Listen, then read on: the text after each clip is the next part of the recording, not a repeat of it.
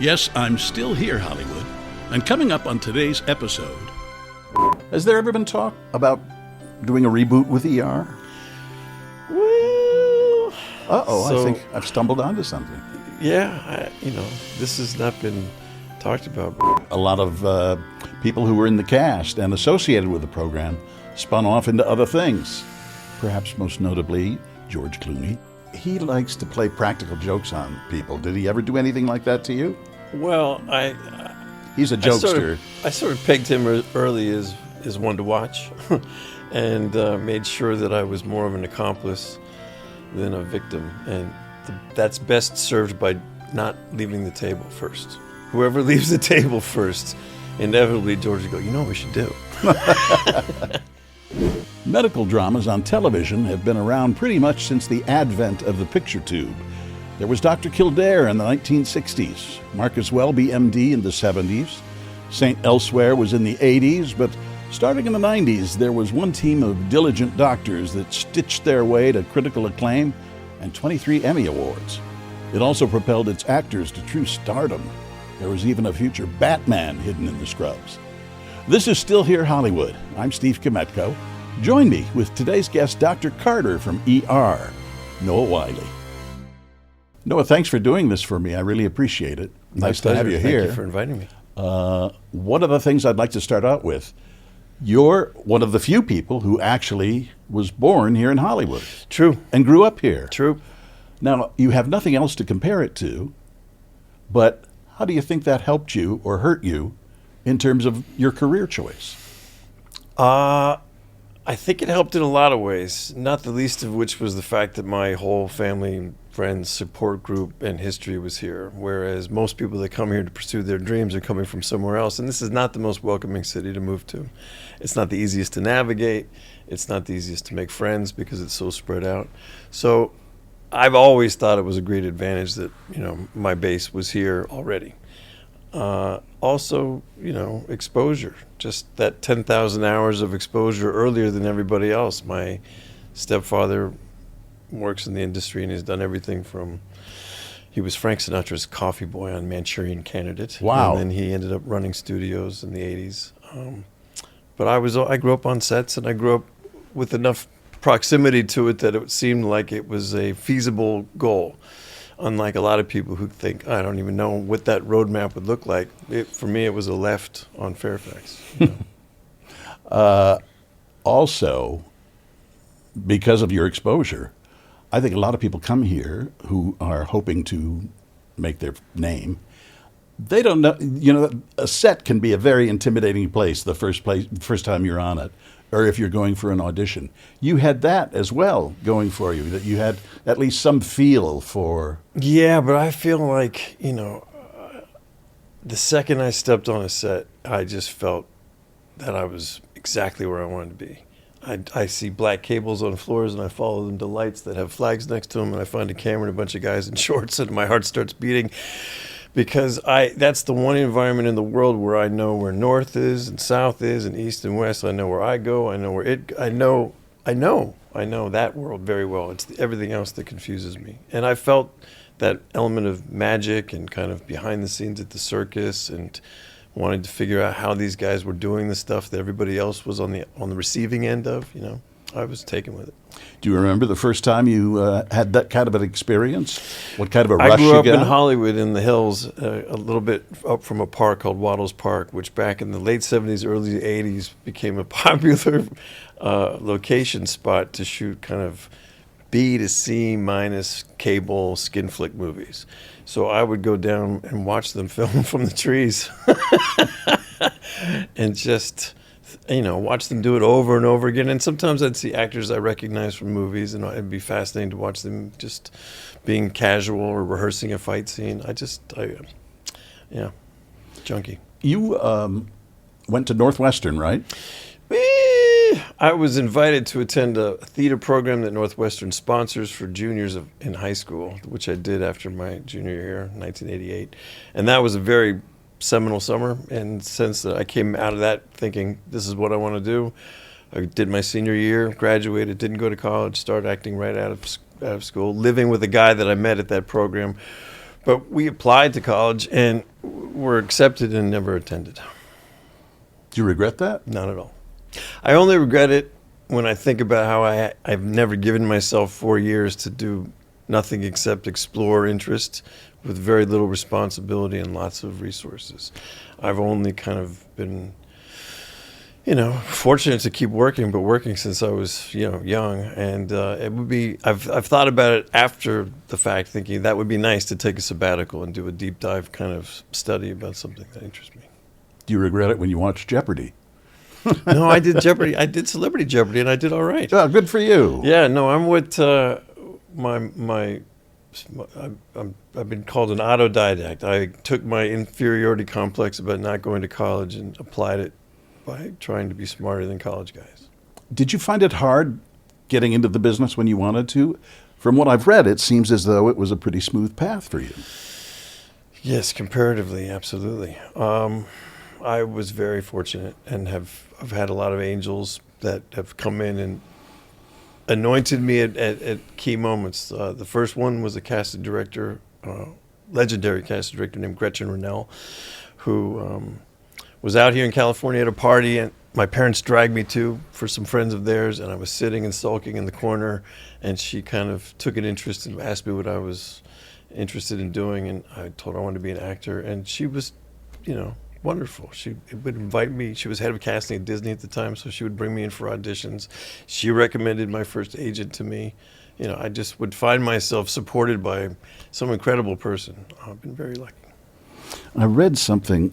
I meant to write it down, but I didn't. 1 second. Give me a second here. It was a quote of yours that I wanted to use. This is so much easier than Steven Weber said it was going to be. Just kidding. I like Steven a lot. He's a brother. He's a good man. Guest. He was a good guest, too. He's funny. Yeah, he is. It was a quote attributed to you. It's weird. I actually like doing interviews now. Ever since I gave up therapy, it's my only time with a captive audience. I can identify the year that quotation is from because I gave up therapy very briefly. Oh, you're back? Of course. Yeah, Okay, captive audience, spill it. This is a very rare thing, This doesn't happen very often anymore, as you well know, because you watch the whole era where the one-on-one interview became completely chopped up into microbytes, and now we live in an age where everything is pulled out of context. So, in the beginning, when it used to be really nice to be able to talk about your work and be expansive in your answers, and I think that's what I meant, is that it felt therapeutic to talk through what it was like to be on this insanely popular show that changed everybody's lives. That was part of it. It was a heady time. Tell me what you remember from that. Everything. From ER beginning. Everything. I remember everything. And then you were on it for 11 years? It ran 15. I ran 13. And I did the first 11 seasons. I did a few episodes of the 12th, took 13 and 14 off, and came back and did that last half of the 15th and final. Give me an idea of what you remember as especially something you really clutch on to. I remember my audition very well. I remember the finale very well. I remember one of my favorite memories when we'd shot the pilot, and it was very speculative about whether it was going to be even on or successful. Chicago Hope was debuting at the same time on CBS, had a much more established cast and David Kelly at the helm. And our reputation was that it was dark, it was difficult to follow, and highly technical. And we had this 2-hour pilot that we were launching with. And they brought us to New York for the upfronts to go out and meet the advertisers. And they showed a clip of the pilot first. And we were at Avery Fisher Hall, which was packed, so there were thousands of people in there. And they had George, Sherry, Tony, Eric, and I. Juliana hadn't been cast as a main character yet because she died in the pilot originally. And we're in the wings of Avery Fisher Hall, and we hear this voice say, it says on the screen, if you thought there were no more heroes left in the world. And then it just started showing these clips from the pilot, just boom, boom, boom, boom, boom. And we had never seen a frame of it yet, so we're watching it kind of sideways. And then it stopped, and there was silence.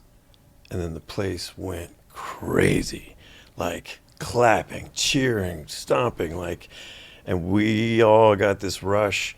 And I just remember Tony turning to all of us and going, "Here we go." And we walked out on the stage and we took our little bows, having no idea what the reception was going to be. But it was, astronomical from the very moment we came on the air. It was the most popular show on television for a while. For about a decade, yep. And a lot of people who were in the cast and associated with the program spun off into other things, perhaps most notably George Clooney. Yes, Mr. Clooney's done quite well for himself. Yes, he has. Liquor business, I believe. Among other things. He likes to play practical jokes on people. Did he ever do anything like that to you? Well, He's a jokester. I sort of pegged him early as one to watch and made sure that I was more of an accomplice than a victim. And that's best served by not leaving the table first. Whoever leaves the table first, inevitably George would go, "You know what we should do?" So even if you have to use the bathroom, you hold it. You hold it until somebody else gets up. He had a little bit of experience himself getting into television. I remember I mentioned to you that I used to see him at the Hollywood YMCA all the time. And I think it was when he was doing ER. And we used to talk a lot because I was in TV news. His father, Nick Clooney, was an anchorman here in town. Yep. And George is a real news addict. Yes, he is. What was that movie? Night and Good Luck. That's it, yeah. He has a good grasp of current events. And he has good opinions about it, too. But at least he came into it, having watched his father, having assisted his father in some newsrooms. He's a guy that continually impresses me because he continually redefines what my assumptions about his talent level are. When we worked together and he was acting, I thought he was a perfectly fine, good actor. But Good Night and Good Luck was another level. Writing and directing and starring in that movie was such an homage to his father and the newsmen of the past. And in between that, he'd done Dusk Till Dawn and One Fine Day. But he was very strategic and extremely thoughtful about how he plotted his course. But he just delivered every single time. And then, Michael Clayton, another one, or Oh Brother, We're Out There, another one. He just kept growing. Now he's, humanitarian. He's doing, he walks with kings. A father. That was the one I did not see coming. No. He also made that documentary about the Kennedy assassination, which was fascinating, and Walter Cronkite, his participation and how CBS made. We got to meet Walter Cronkite. Walter Cronkite did the cold open for the live TV movie that you referenced earlier, Failsafe. He came on and announced it and talked a little bit about the context of the Cold War and how the writers of Failsafe had been blacklisted writers who had not been able to be credited on his show when they wrote for him. And so he rectified that. It was very cool. Speaking of that, I worked at CBS, in CBS News, and there was a day when Walter came to the newsroom to talk with one of his old friends who was working for us, Bill Stout, who was a real solid newsman and reported from Vietnam and had a real rich history. And Walter had come to see him. And I worked in a very small office, shared it with Stout and some other people who were in that office. And one of the few places there was a chair was next to my desk. And I was in editing. It was deadline. And I walked in and I bumped into the chair and looked down, and it was Walter Cronkite was sitting in it. And I said, "I'm sorry, I'm on deadline." And he looked at me like, "Yeah, I know what a deadline is, Like, duh, Steve. Most trusted man in America, and you're bumping into him. That's funny. Let's see. Hey, do you remember, out of curiosity, any of the medical terms? Oh, my God. Are you kidding? You're going to test me with my monologue? Well, it's my party trick. 65-year-old male with severe peripheral vascular disease manifested by claudication of the left calf 10 days post-op from Mercy General after having an aortobifemoral bypass. Normal post-operative course till about 6 hours ago when he began to experience the gradual onset of lower left quadrant pain without palliative or provoking factors. BP 120/80, pulse 112, respiration 78. Upon auscultation, diminished breath sounds were noted at the base of the patient's right lung. Intrigued, I tested vocal freminus Perbate's second edition, leading me to a diagnosis of pleural effusion confirmed by this radiograph which shows fluid in the patient's right costophrenic sulcus. Very good. I didn't understand a word of it. Well, little bits and He's pieces got a here little and there. thing right here. You know, it's a fancy way of saying he's got a little thing right here. Your mother was a nurse, right? Orthopedic nurse? Yes. 10 years OR, 10 years orthopedics. Did she ever give you any advice about your work? Advice? Or how to approach something? Advice, criticism, it's a fine line sometimes, isn't it? No, she would call at 11:01 and say, "You never touch your face with bloody gloves. What do you want to get AIDS? I'm going to go to the hospital tomorrow and answer for that." And I'd say, okay, point taken. That's cool. At least she had an interest. She a had vested interest. Yeah, vested interest. She was, because she would know what was coming up on the storyline, so she was very in the know. Yep. Is it true that you once had to give a dog mouth to mouth? Only because Mr. Spielberg demanded it be done. He took an interest in our show in the first season. He was executive producer and shared an anecdote about how when he was a teenager, he worked in an emergency room in Phoenix and had seen some physicians stop what they were doing and give mouth-to-mouth resuscitation to a German Shepherd and save its life. Thought it would be fun to do on the show, and I drew the short straw, and that was that. Sucking on snout for a couple hours. Well, interesting. But I suppose when Spielberg says, Jump. it. How high? Yeah, how high, exactly.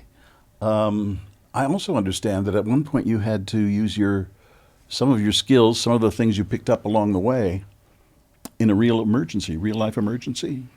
What are you fishing for here, Kmetko? Let me think. Mostly, you learn enough to know how little you know and how much you could do wrong and how you could really make a huge mistake. So a lot of the times, there's been a few times where I've happened to have been the first on scene at an car accident twice. And I, knew enough to be, helpful and supportive and didn't do anything that caused any harm. But it was very funny when the paramedics show up, this woman, I'm starting to tell them what happened. It's like, right, wait, what? Oh, whoa, oh yeah, we got to fix it, yeah. Were there ever instances where... That's a bit that won't work on the radio portion of this show. That was a very physicalized bit. Were there instances where people in public, members of the public came up to you, recognized you as... Sure. A doctor. It's the most convenient icebreaker to say, hey, can you take a look at, there was a period of time where I was so into the medicine that I really did feel like I had a pretty on par education with the third-year medical student after all the stuff that we had done over the years, but most of it's left me, sadly. You have 3 children, correct? Mm-hmm. And you just celebrated your 10th wedding anniversary? I did. That's very nice. It's June nice 7th? You just gave it more acknowledgement than we did. No, wait a minute. I saw something posted on Instagram. Oh, yeah. So That's the corner of the realm in the world today. You and your wife dancing, I believe. Yes, we dance. That was nice. We've been dancing for 10 years and having a lovely time. I read about you, and you're listed as actor, producer, director, writer. Which do you identify most with? Gemini. I think that's in there. Angelino's also in there.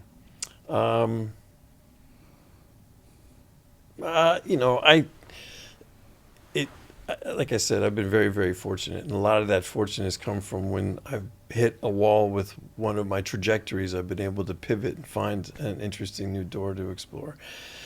And so when I was doing a show up in Canada called Falling Skies, which was also a Spielberg show, kind of a sci-fi show, I always have had directing aspirations, but put it on an extremely high pedestal and thought you have to know so much before you try. You should know music and photography and acting and editing and all the different aspects. And I knew a lot of the production aspects, but I didn't feel like I knew anything about post-production at all. And we had a director fall out of the rotation, and the cast promoted me to take the slot, which was extremely gratifying, and they approved me. And so even though I was in the show a lot, that was my directorial debut. And again, I was terrified, but I never felt that engaged before. Never felt that challenged, never felt that scared or oddly competent. And it just was like a rush I have never had anywhere else. And then I started another show called The Librarians, and so I really wanted to direct on that as well, and I did. And then I just started thinking, God, I would love to take a crack at writing one of these. And so in the third season, I wrote one, and it turned out really, really well. And then the fourth season, I wrote another one, and that turned out really well. And then I got on this other show, Leverage, down in New Orleans, which I also got to direct on, and I wrote one of those too. And so it's been this nice sort of, ability to kind of shift and try different things and storytell in different forms, but ultimately it's all storytelling. And I don't know that I have a preference because I really enjoy them all. And we'll be right back. Is your daughter a Swiftie? My youngest, yeah, they've all worked through their Swifties. But my youngest, yeah, we didn't go to the concert, but we watched the movie concert, and she was into it. She liked it. I like it, put it on the car, and the kids have long been dropped off at school, and it's still playing, and, I'm not reaching to change it. It works. On-the-job training, I think, can almost be more valuable than an education in a formal education 100%. in school. 100%. And I've always felt that if I'm doing something that I've learned on the job, there are people who are watching me and approve of what I'm doing. It's that much more gratifying.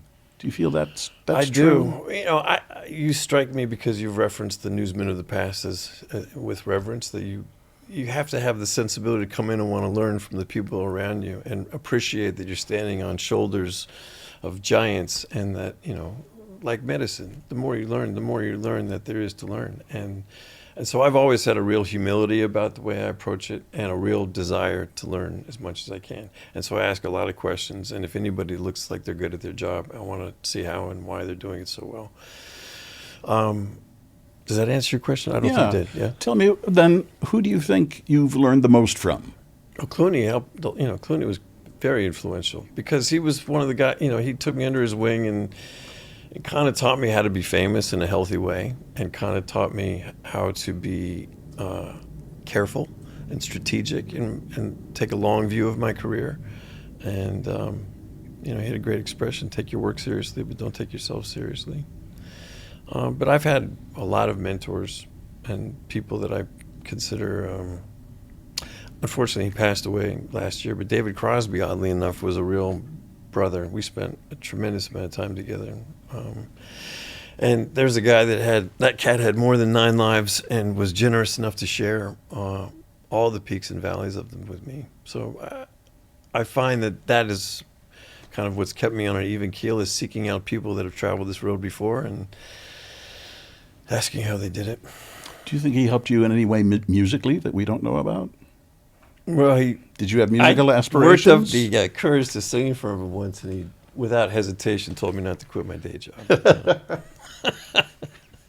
Well, you need candor every once in a while. Yes, indeed. Yes, indeed. I also liked the fact, when I was reading about it, that when you did finally decide to leave ER, it was for your family. Yeah. And stepping aside to allow the younger generation to have their opportunity. That sounds a tad more magnanimous than I probably was at the time. I think it was more selfish about wanting either a break or wanting to be at home with my son, who was newly born. And that was really it. He was born in the 11th season, and it was the first time that I ever looked at my watch and thought, come on, what are we doing? We're wasting. And I thought, wow, where do you want to be? And I did not want to spend 80 hours a week missing the first couple of years of his life, and I have zero regrets about that. Yeah, family's important. It's the best, actually. Does ER seem as long ago as it was? Some days. For a long time it didn't. And then in the last couple of years it did. Because it had this really nice resurgence of relevancy during the pandemic. During the pandemic, it went on Hulu for the first time, and suddenly people could stream it and binge it, without commercials. and they had the time, and there were 15 seasons of content. So during the pandemic and soon thereafter, was getting a lot of mail that was making it feel relevant again to me, especially from first responders and people in the medical field. I'm given to reflection every once in a while. Shame on you. I've reached an age where reflection happens a lot. Do you ever reflect about your career at this point? Yeah, constantly. Yeah, I'm very happy with where I'm at right now. I'm about to start this new venture with this old group, and I couldn't be more excited about it. It's kind of a culmination of a lot of the stuff that we've been talking about that have been my interests the last few years, and it's a bit of a homecoming. It's not really premature to talk about it because it's certainly we start shooting in 3 weeks, but which is insane. I'm doing this new show called The Pitt, which is a hospital show. It's going to be on Max. It's going to be on Max. It's a John Wells show. John executive produced ER, and it is also executive produced by Scott Gemmell, who was an ER writer and producer, and Dr. Joseph Sachs, who was an ER writer and producer. And we've got this really interesting idea on how to do a new medical show, and Max is giving us a chance to do it. We're going to shoot it around the corner at Warner Brothers, just a stone's throw from where the old one took place, and it's pretty cool. Do you feel like you have enough energy, the same amount of energy that you had at the beginning? I have more. Really? I have more, yeah. I don't need as much sleep as I used to. I think about when I was in my 20s and 30s, sleeping till, noon or 1 o'clock in the afternoon. I've had 2 days already by noon, I'm just a busy person. There was something else I wanted to ask you about, a quote that I loved. Ask me that question again in February when we wrap this season. I think this one's going to take a lot out of me. I think I'm going to be tired after this one. Really? How come? It's going to be an endurance More responsibility? Yeah, I wrote 2 of them, which was extremely gratifying for the first season of a Max show to get an opportunity to write 2 of them. I'm going to be in a lot of it, and there's some aspects to it that are going to be extremely challenging. What are the things that was attributed to you? I'm thinking about naming my first son Emmy. Jesus, you're pulling some old stuff. So I'm an old guy. So I can say that I have an Emmy. Got one. Yes. I want Emmy, Oscar, and Tony, and my daughter Grammy. But you didn't do that. I feel like that was an interview that I did drinking for like a Esquire interview or something. It was in my unguarded phase where I was just spouting off. But yeah, I did not name any of my children after acting trophies. So I still cannot claim that I have an Emmy, an Oscar, a Tony, or a Grammy. But you do have a tattoo. I've got a couple for my children. My son Owen was born, as we discussed, in 2002. And this is an O for Owen. Then my daughter Auden was born in 2005. And this is for her. And then my daughter Frances and my wife. So they all have, and this is 9 dots that my friend Harry Pallenberg put on me at a party when I told him I wanted it was a stick and poke tattoo of, remember the show The Saint with Roger Moore? Yes. Remember that white stick figure with the Yes. halo? That's what I wanted him to put on me. And then I chickened out 9 dots into it. I stopped. Just 9 dots into it. That's it. That's all I got. Well, there's always time. Yeah, no, Harry's still around. Is your daughter a Swiftie? My youngest, yeah, they've all worked through their Swifties. But my youngest, yeah, we didn't go to the concert, but we watched the movie concert, and she was into it. She liked it. I like it. Put it on the car, and the kids have long been dropped off at school, and it's still playing, and I'm not reaching to change it. It works. What do you do for fun? That's a good question. Or is life just fun for you? I get a huge charge out of my work. And there were 2 things that happened. The first was the pandemic, when I wasn't working. And I didn't feel good about myself because I didn't feel like I had any skills that were really of value during that period of time. It really bothered me a lot that I wasn't contributing in any meaningful way, which is where this idea for this show that I'm doing now kind of came from.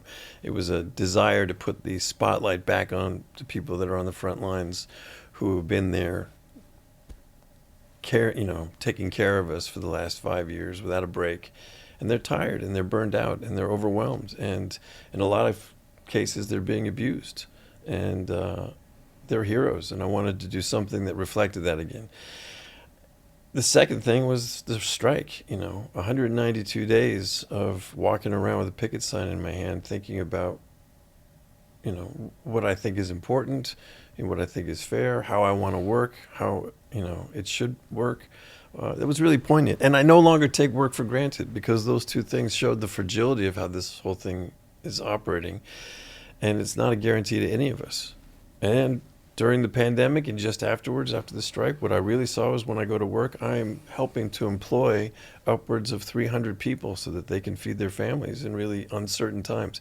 It stopped being about making art and started about making a living and having a place to go to be communal and creative when that didn't seem like it was going to be possible. So I'm coming from a way different place than I used to be. I just can't wait to get to work. I can't wait to help a bunch of different people buy into a singular vision and create something that hopefully would be entertaining or special, and then go home to my family. That's a good life for me. Has there ever been talk, just curious, about doing a reboot with ER? Well, I think I've stumbled onto something. Yeah, this has not been talked about, but that's kind of the road we had started down. In 2020, I was getting all this mail from first responders, and I had this desire to pivot the compliments to John Wells. So I emailed him and I said, hey, I'm getting all this lovely sort of mail from people that are thanking us for keeping them entertained or inspire them to go into the careers that they're in the first place.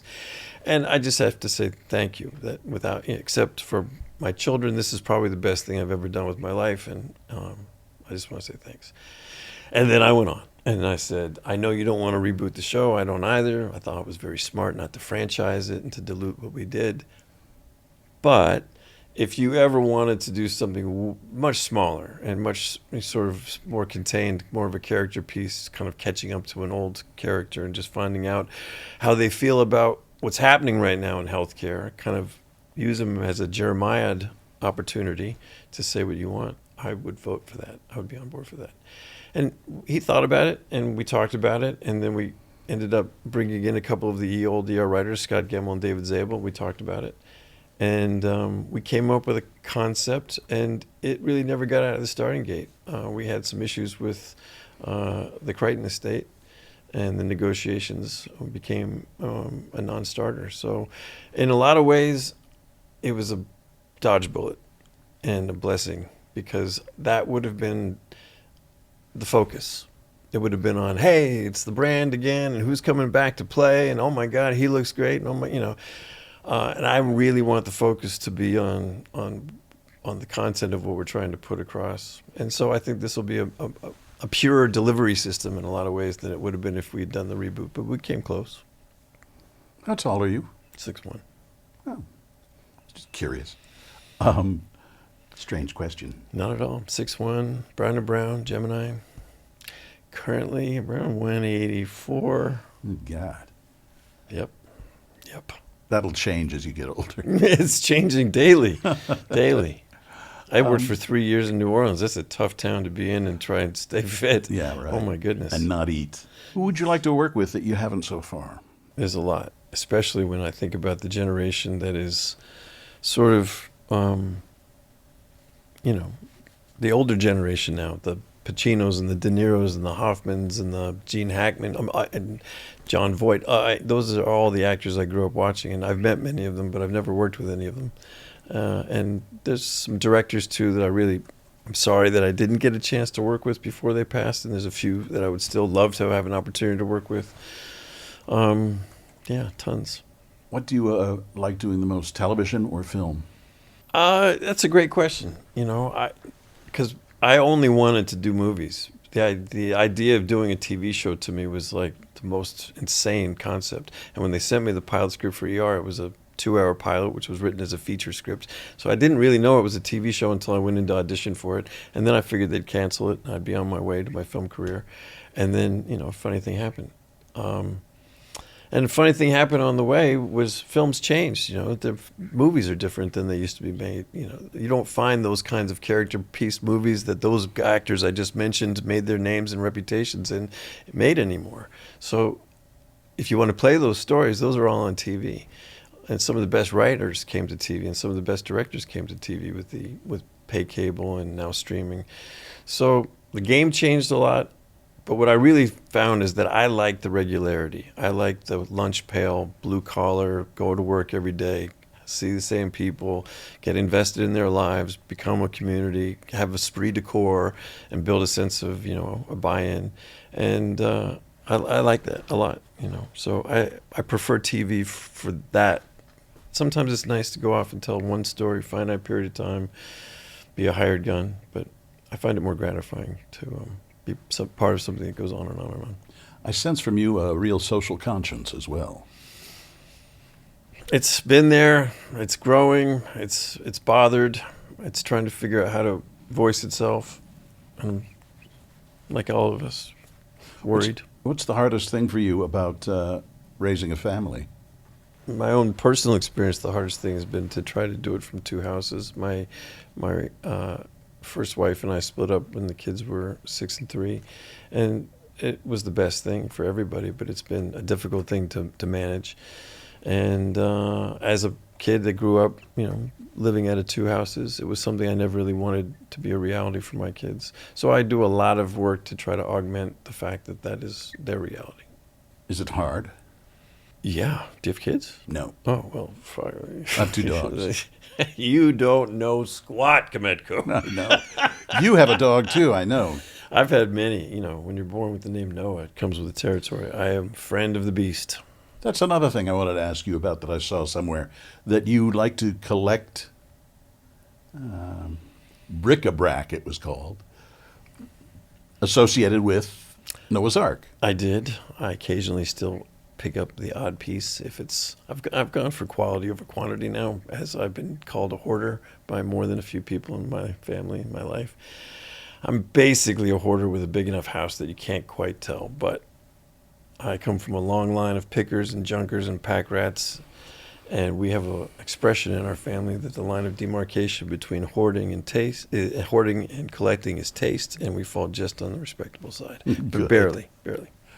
Did you know any kids when you were growing up named Noah besides yourself? One kid in my class in 3rd grade, Noah Shane, he didn't last long, but he would sell me his grapefruit roll for 50 cents, my lunch money, every day.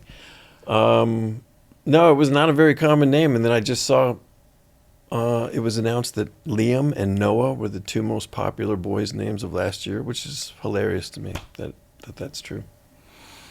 Did you always like your name? And Colin Jost made a great joke about it on Saturday Night Live. He goes, "Great, another generation of pussies."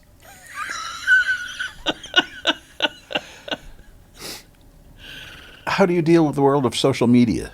Barely arm's reach, but you will find when you ask me to promote this how I deal with it. It makes me tremendously uncomfortable. I see it for its benefits, but I see it for its drawbacks more. And I do as little as I have to promote the things I'm doing and to wish the people who are on social media happy birthdays and happy anniversaries and the things that you do. But I'm basically a very private person and don't like self-promotion very much. And so it's a whole medium that's geared just towards allowing people in and promoting yourself, which has its positive aspects, as people should all feel self-empowered. But we sort of have developed into a bit of a narcissistic society as well. And I don't see as much good works and hope and aspirational qualities to what the messaging could be. And I find that troubling. When was the last time you took a selfie?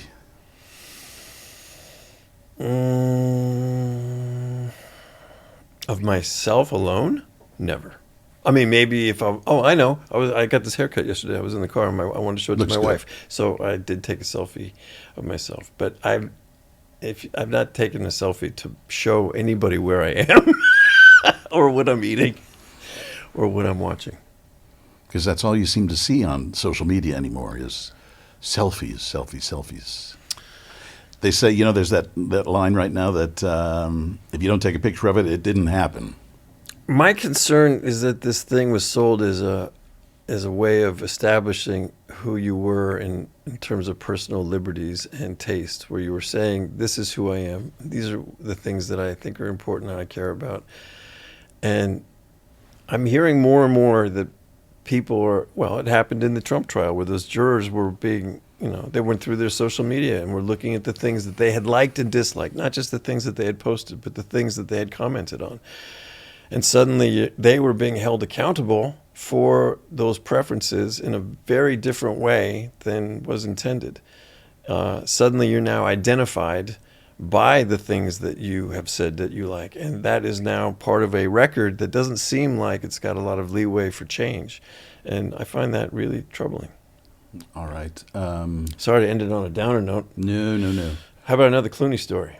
Okay, go ahead. Took a shit in a cat box. Do you know that one? Yes, I've heard that one. I think he told that on The Tonight Show once.